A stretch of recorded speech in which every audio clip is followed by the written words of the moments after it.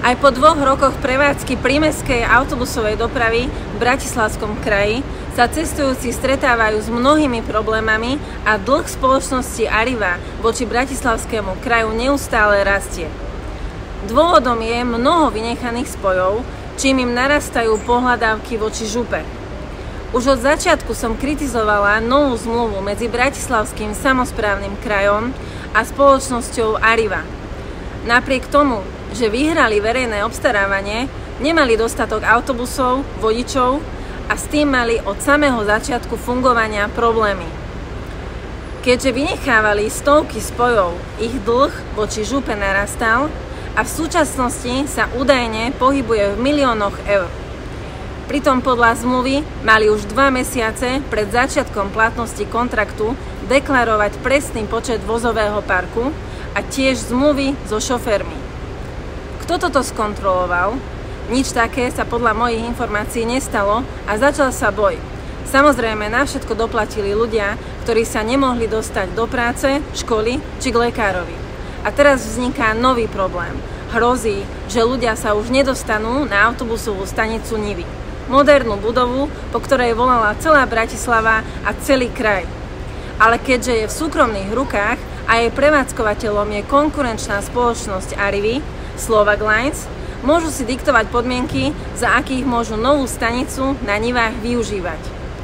Drahé vstupné a výstupné poplatky Arriva nedokáže popri iných dlhoch platiť a tak sa ľudia z okolitých obcí a miest dostanú autobusom len k okrajovým častiam Bratislavy. Malo to byť už od septembra, ale nestihli urobiť zmeny v grafikone. Áno, moderné európske mestá vytláčajú prímestské autobusy von z mesta, ale je na takýto krok Bratislava pripravená?